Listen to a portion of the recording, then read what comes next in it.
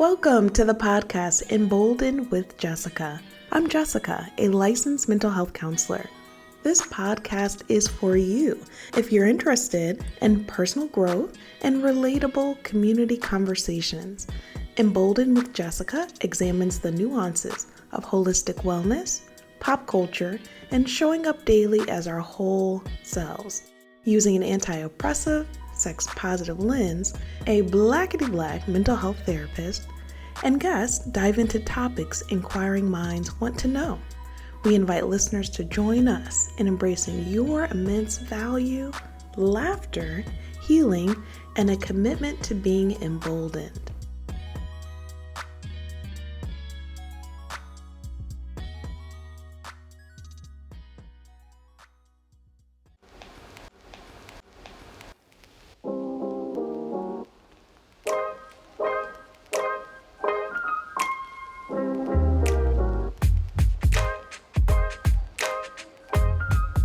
So, has anyone noticed on social media and TV this phenomena of hard launch and soft launch?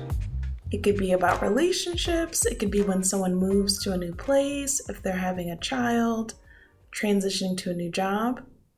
So the way Urban Dictionary defines hard launch is an explicit and purposeful announcement of a romantic relationship, usually announced on social media. Urban Dictionary defines soft launch as a photo or preview of a talking stage before it becomes an official relationship or on social media. So we've all seen this, right? We've seen someone on vacation and we're seeing two hands on top of each other, or we're seeing some guy over his shoulders, but we can't see who the guy is, and we have questions. And then we start going through their whole feed to see what else we've missed. Let's talk about the olden days. How was it before? How did people used to present that, oh, I'm in a relationship, or oh, I just moved? They would just do it, right? Mm-hmm. Or somebody found out and then they told everybody.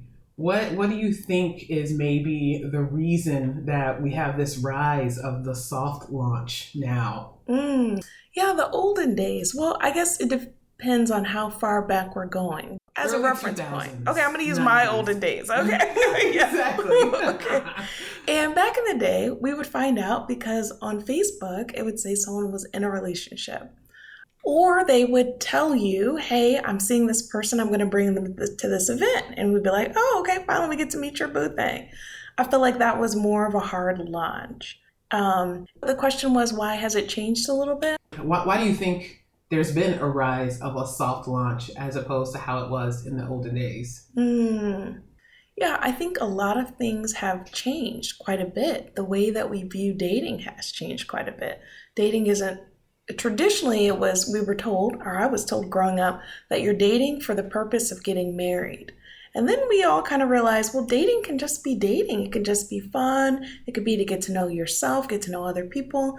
And so I think that as relationships and dating has evolved, we don't have to do things in a traditional way. We can do things in a way that fits our personal needs. And sometimes we don't need Facebook and everyone to know that we're in a relationship or that we're dating someone. What are your thoughts on it? I think there's just so much, number one, hookup culture is pretty heavy. So you don't really know if a thing is a thing. If we're talking about the rise of the soft launch, that could lead into the rise of situationships. And a situationship doesn't need a hard launch because it's just a situation that may not last. So I think the rise is due to the evolving culture that we live in when it comes to interacting in relationships and all that. I think that is a great point. Very fair. And then also sometimes the people who follow us on Facebook are our extended family, and I definitely don't want them all in my business, okay? So whereas I might be willing to do a very soft launch on a different platform that is more my peers, it's definitely not a Facebook announcement. I've seen a lot of people not announce that they're dating until they're married on Facebook. Yeah, I think also bringing up Facebook too, that really shows our age because nobody really uses Facebook, or people who are using Facebook are probably 35, 40 on up. And you're definitely keeping up appearances or following businesses or being a person of the community. So you don't really want to put a lot of personal things out there. So, I mean, I guess it depends on how you're using your platform. And then that brings in all the different kinds of platforms, with there being Instagram and TikTok and Snapchat. Those are like kind of made for soft launches. This is fair. I feel a little wounded that you had to call out my age there, but you know, we're both there. So okay.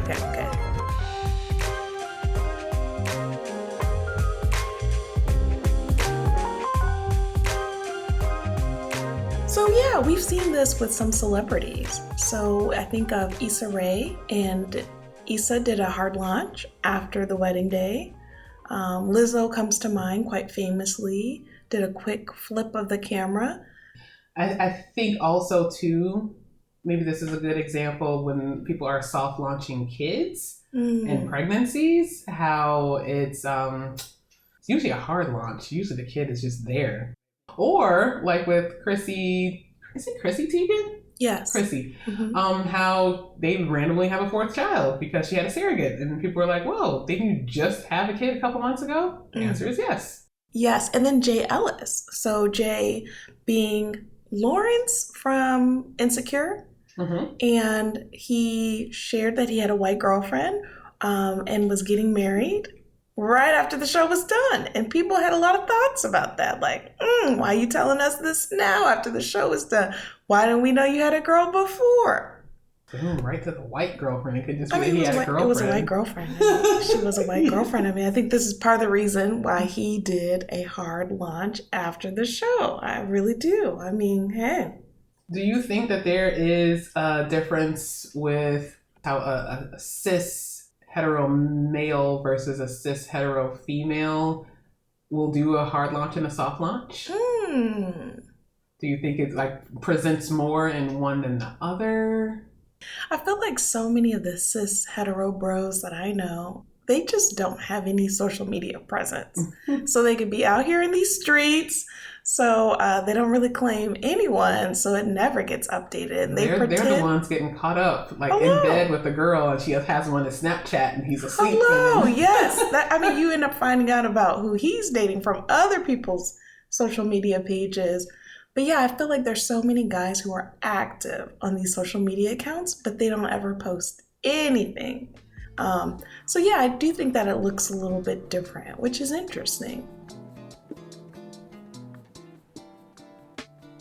All right, so I think, Ariel mentioned before, why have we moved to an era where more and more people are choosing to do a soft launch?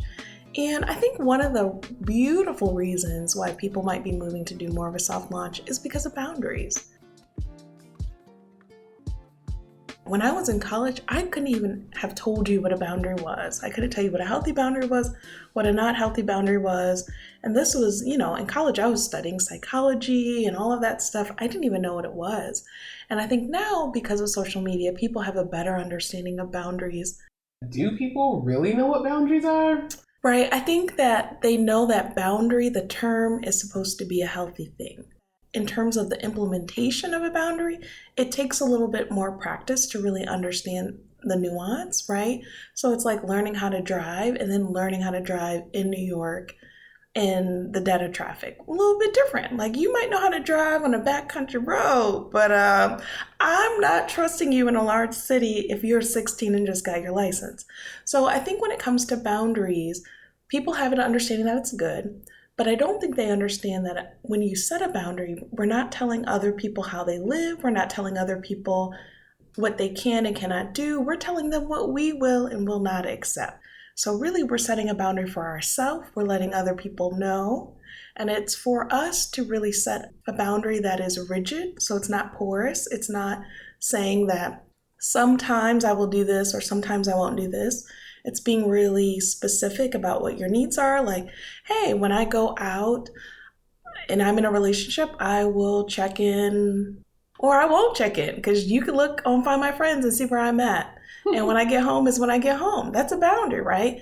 It's not telling your partner that when I go out, you need to be checking your phone and my text messages. When I message you, you need to respond within an hour. That's not a boundary. That would be very controlling. Yeah, I was going to bring that up. Like, I guess explaining to a person who's about to get in a relationship or whatever, how would you decipher a boundary versus control versus like a rule? Yeah, so in a healthy relationship, we want to be communicating with our partner. And we want to figure out what we're comfortable with, what our non-negotiables are, what we're willing to be flexible about. So if we're in a relationship and our partner says something to the effect of, I really feel uncomfortable when you text message with your ex, is that something that you could limit or not do? And you decide, you think about it, and you're like, yeah, for your comfort, I really don't need to be texting my ex. Then that becomes a rule. As a rule in our relationship, we're not going to text our ex. But if a partner says, I see that you're texting your ex and I don't like it, you better not be texting them, that is controlling. You better not be, and telling me how to move, that's going to be a hard no for me. That would be controlling. Or if a partner is going through another partner's phone without their permission, we know that is certainly very controlling.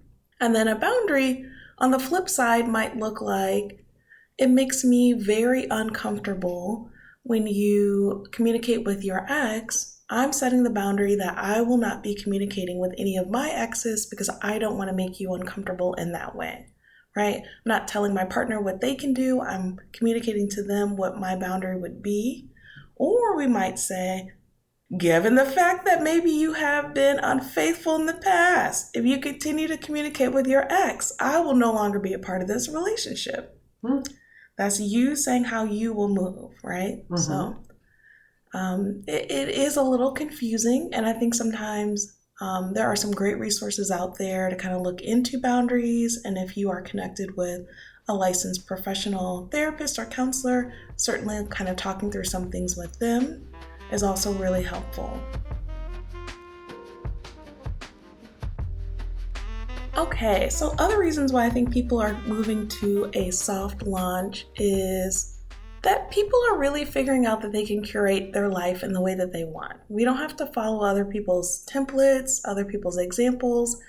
If it doesn't feel right for us to do a hard launch yet, because we don't know what's going to happen with this relationship, and there's been, 8 other guys that I dated earlier this summer. I don't know what's going to happen with Mr. 9, but I want people to know that I'm like a little booed up, but I don't want them to know all the specifics. I get to decide what that looks like. I don't have to follow anyone else's playbook, and I think that's beautiful. I love that for us. Nice. Now, what do you see as pros and cons for launches in general, whether they're soft or hard? I think a soft launch is nice because you're keeping your options open. And you can, if it's a talking phase, if it's not exclusive yet, I like that. It's also recognizing that everyone doesn't deserve full access to all parts of our life. So maybe I'm in a beautiful place on a vacation and I want a picture. I want to share a picture, but I don't want to share who it is specifically. I can choose to do that, right? I think certainly if you're queer and you are in a certain work environment or you have a certain family structure that isn't supportive of your identity, sometimes utilizing a soft launch means that you don't have to out yourself or you don't have to have that long conversation with someone about being out. So I think that can be helpful. And then also for folks who are polyamorous, a lot of times people do not understand polyamorous relationships at all and can be really ignorant, and it can subject you to some situations that can be uncomfortable, unprofessional, or where you're being mistreated. I'll just say it very bluntly. So I can understand why some people might choose not to let someone know that they're poly. And a variety of things like, being burned, maybe having someone in the past who ghosted you, or having different breakups and people being in your business about it. I just feel like choosing to do a soft launch is a way to protect your privacy. I definitely think there's artistry in it, right? It can be really creative how people do a soft launch, and then it's fun to be mysterious. I mean, it is what it is. Okay, so that was a lot about soft launches. Do you I know how we talked about how hard launches are kind of were done more back in the day. Are there any reasons why you would hard launch in right now? Yeah, I think we could do a hard launch if we want to profess to other people that we're with someone. So maybe we're in a relationship with someone who they really value the relationship being public. And to them, it's part of their love language for us to profess that we're with them. So we might choose to do it for that reason. For some people, we might need to mark our territory. Okay, maybe someone's been getting a little flirty with Bay at work, and I need them to know. No, he's in a whole relationship. So we might do it to mark territory. We might choose to do it so that some people in our lives who are always asking us if we're dating, if we're single, so they're not kind of asking that or trying to set us up with someone. And then also just so people can pry a little bit less.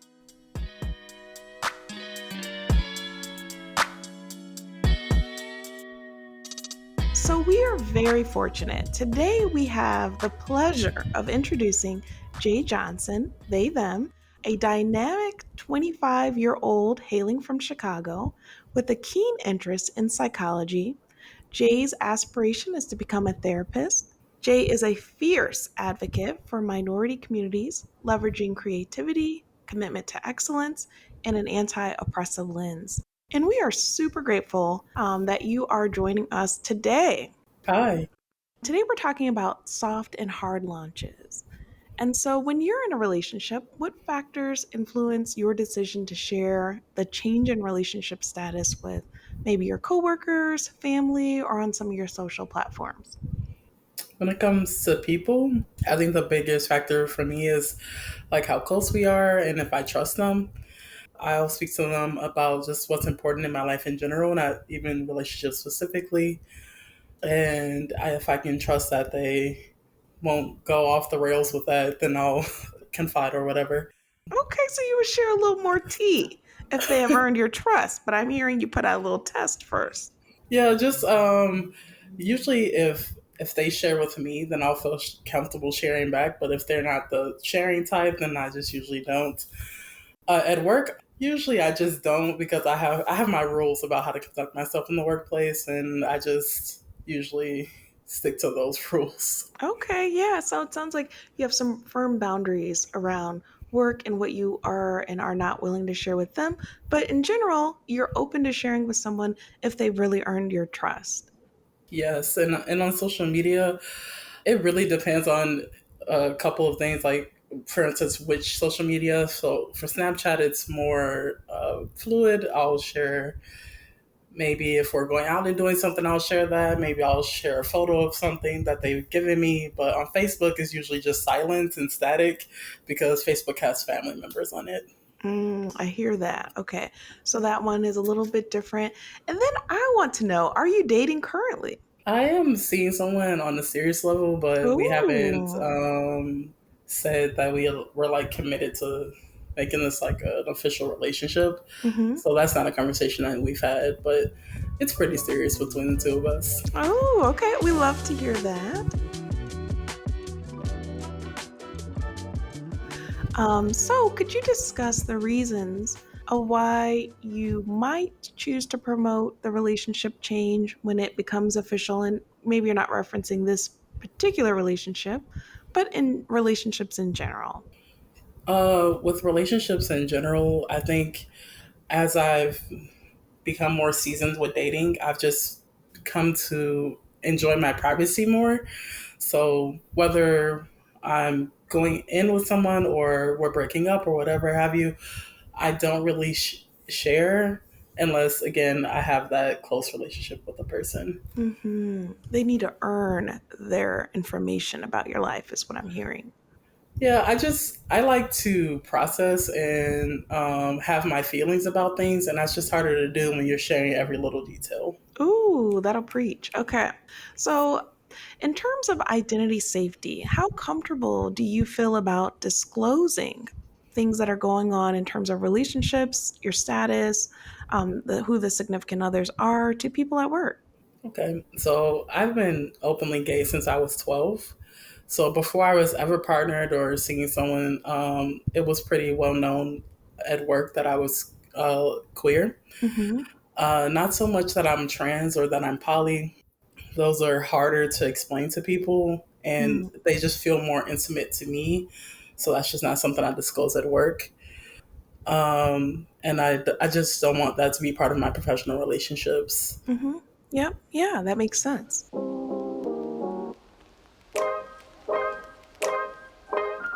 Have you ever experienced a situation where someone you were dating really wanted to take the relationship public and maybe you weren't ready for this or vice versa? So yes, for both. With my Mm. current situation, it's not that she wants to take it public. It's just that she would share more if I Okay. wasn't more of a private person, Mm-hmm.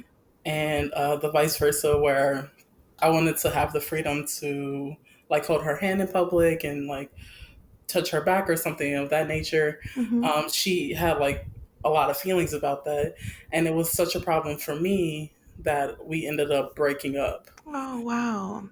I have like a bit of a privileged experience when it comes to being queer in the way that my biological mother is also queer, and I also grew up with two moms. Mm-hmm. So I never saw any shame or secrecy, so I didn't learn that or internalize that or anything. And so when she wanted to be more distant in public spaces, I wanted her to have her experience, well, her coming out experience, but I didn't like how it felt Mm-hmm. to have her be ashamed of loving me Yeah. or feel the ripples of her shame and make it feel like I was ashamed for loving her. That felt really off for me and I didn't like it. We Mm-hmm. did end up reconnecting, thankfully, and things were much different. I don't know what changed for her, but that secrecy part of it wasn't really part of our relationship again. Mm-hmm. Wow. Thank you for explaining that. It continues to amaze me how self aware you are about just yourself and what your own experience is, but the level of compassion you extend to other people that your experience isn't always theirs, but still acknowledging that your needs were not too big, that to want to show affection publicly is valid. And if that person wasn't able to do it in that season, it just wasn't a fit. But it does sound like, when it's the right person, they can come back to you sometimes. I don't know if you're familiar with the term like a baby gay. I'm familiar. Okay, yes. Do you feel like if you're dating a baby gay, there's more of that desire to be less physically affectionate in public or a little bit more closeted in terms of like in terms of dating? That was my only experience with it. Everyone else had that I have been in relationships with was about at my level of experience, if not more experience. Mm-hmm. So I don't know if I can say that Mm, all baby gays are like that, but in certainly my not all. particular situation, yeah, it was her newness to being in queer relationships that really affected it because her mom wasn't used to it, her family wasn't used to it, and she was just trying to figure out how to navigate it because she'd never done it before.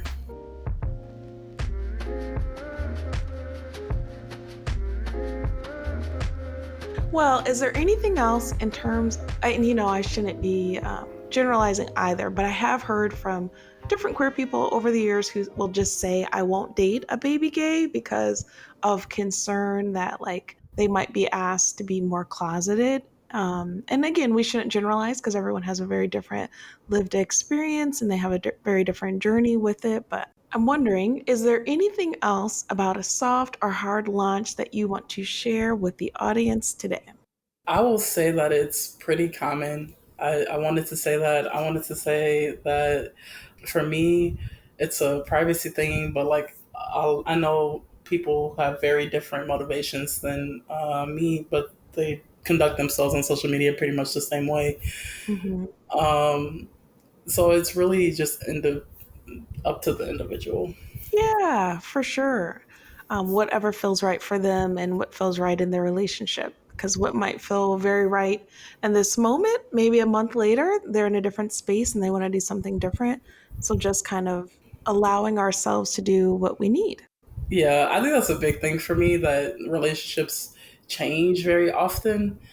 And you might not be in the same place in 3 months that you are today. So for me, it's just like, I prefer to just keep it all off social media, keep it to not need to know basis, but just if you know me, if you're familiar with me, if I see you daily, weekly, or something like that, then maybe I'll let you know. But yeah, I try and just keep it in this little bubble, because you put it out there and then you have situations where people are asking you about them and you're like, we've broken up like months ago, and it's just, you don't need Oh, that in your yeah. life. That's just That is a stressful. good point. Yeah. Sometimes when a breakup has been a challenge, if people continue to ask you about someone or, oh, that person looked so cute, you all look so happy together, it can kind of reopen some of those wounds.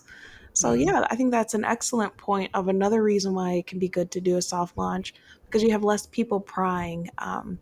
Yeah. Well, just in general, you have less people prying, but certainly they're not reopening wounds that you've worked really hard to heal. All right, Jay, thank you so much for joining us, for sharing your experiences, for, bringing that wonderful energy that you have into the podcast. No problem.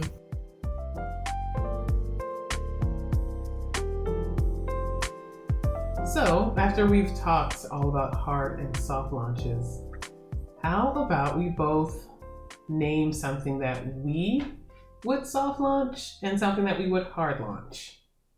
I'm trying to think. I think a lot of times when it comes to a work situation, I still soft launch a work situation. Like if I'm accepting another job or promotion, I usually do not bring that up to people. And then after some time, I'll update it on maybe like LinkedIn. And then if I run into someone and they're asking me like what's new, I might choose to tell them, but that's not usually something I will do a hard launch with.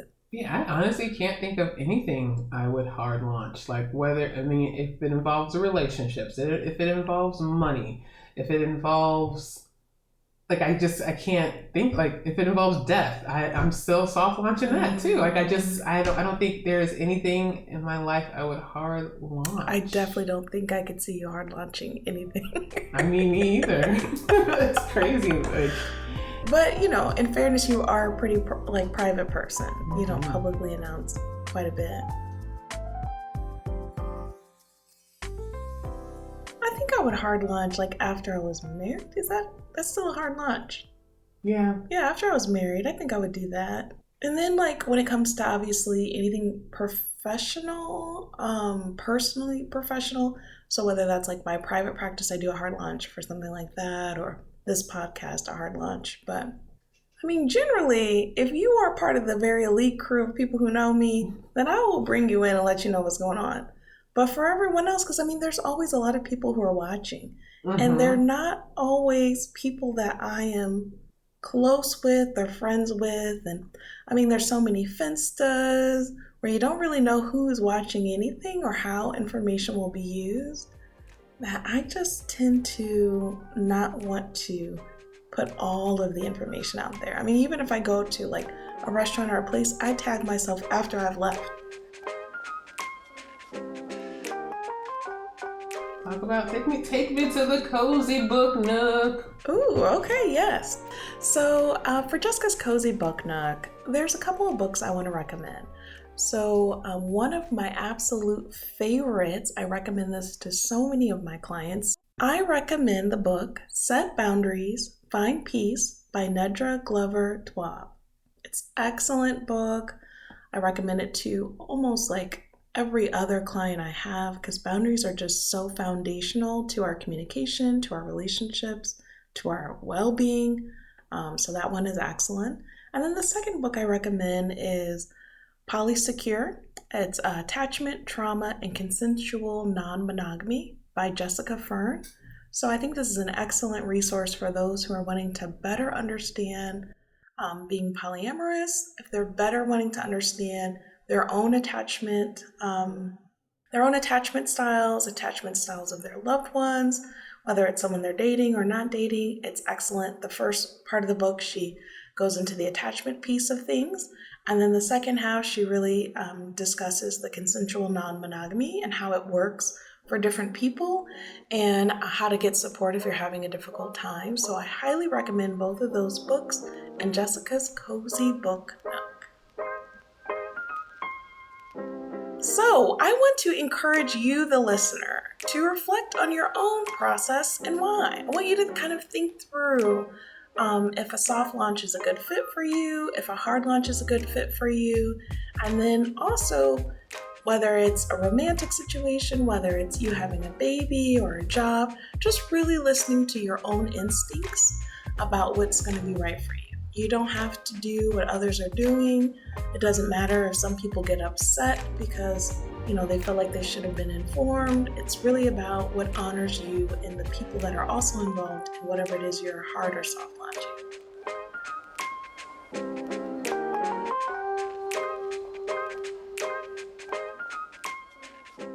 Are you enjoying the show?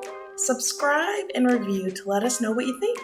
And share this episode with a friend in your favorite podcast app.